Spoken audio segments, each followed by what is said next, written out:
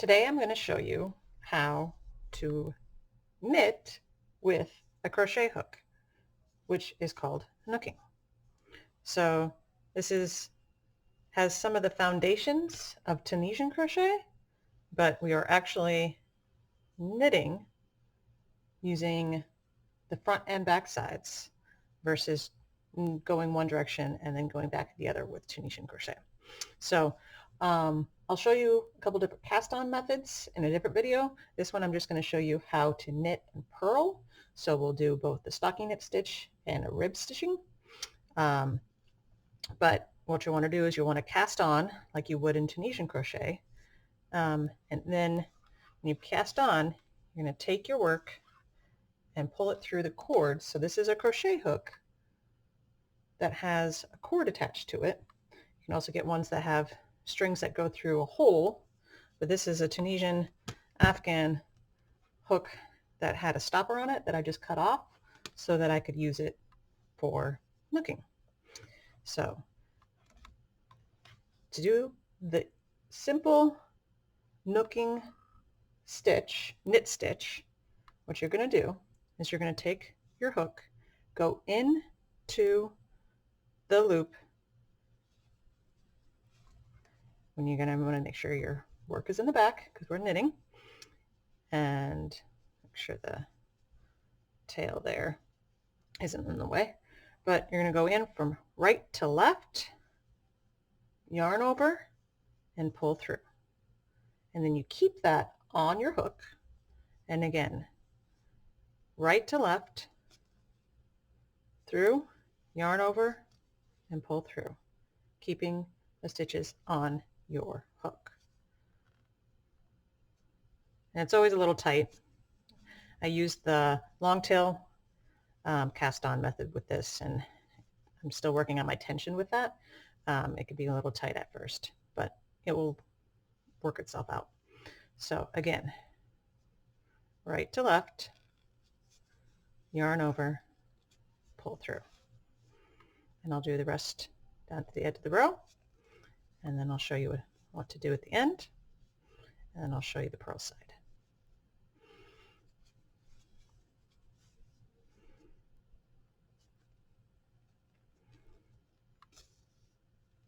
Again, a little tight.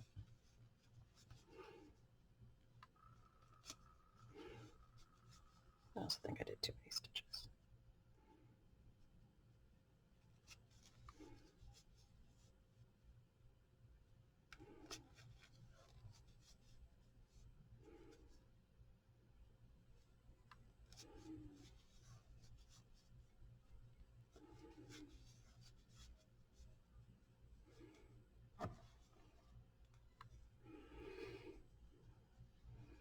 Right to left, yarn over, pull through, last one, yarn over, pull through.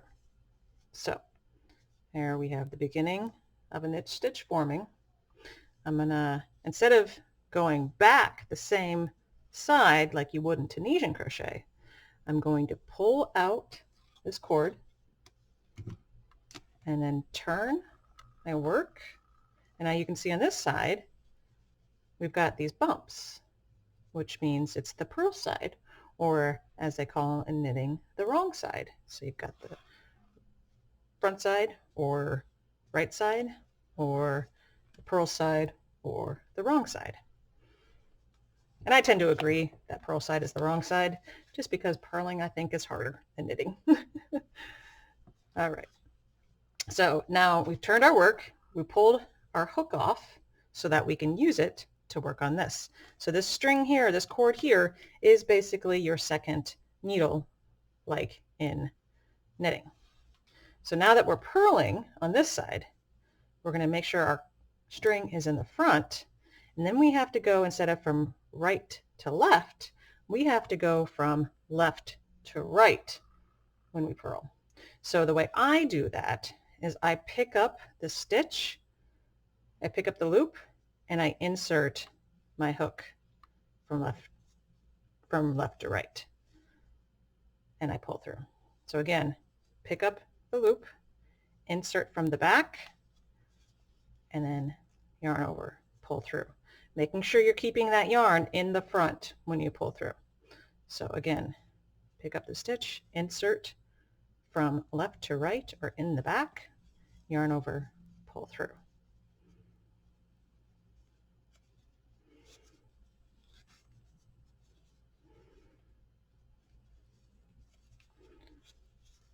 I'll do that all the way to the end, and I'll show you what that looks like. And pick it up, insert from the back, yarn over, pull through.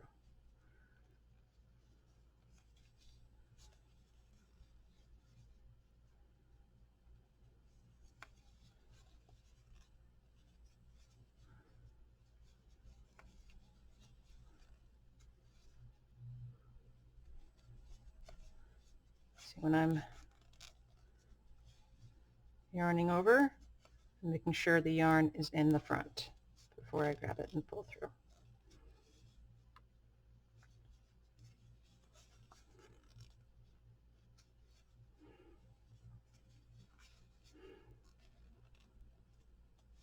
Okay, again, so now I'm going to take the cord out,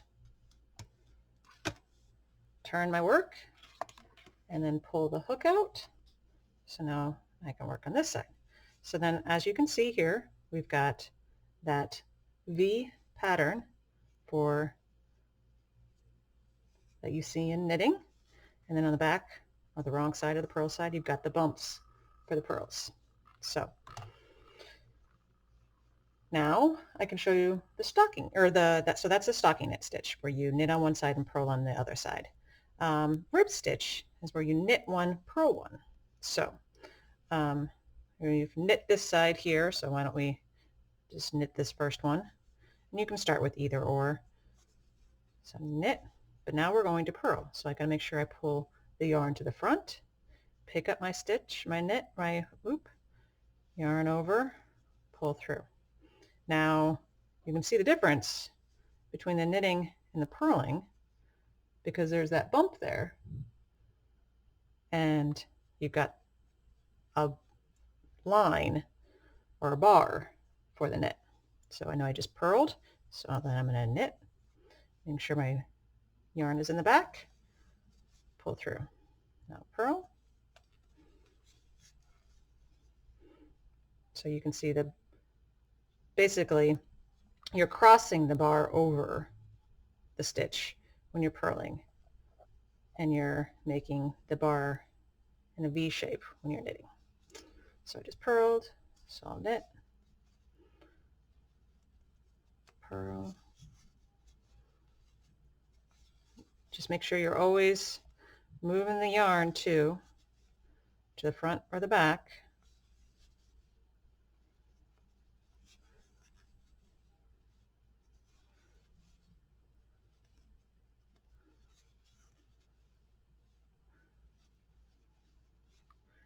And then ending with a purl. So I started with a knit, I ended with a purl. That means I have an even number of stitches, 2, 4, 6, 8, 10, 12, 14. Yep.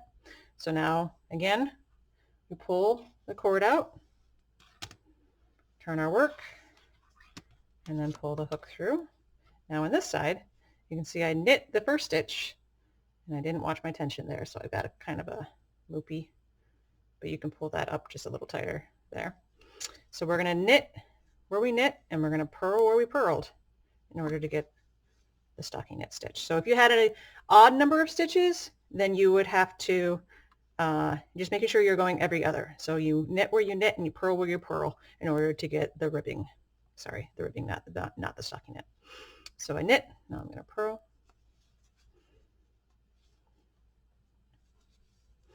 Knit.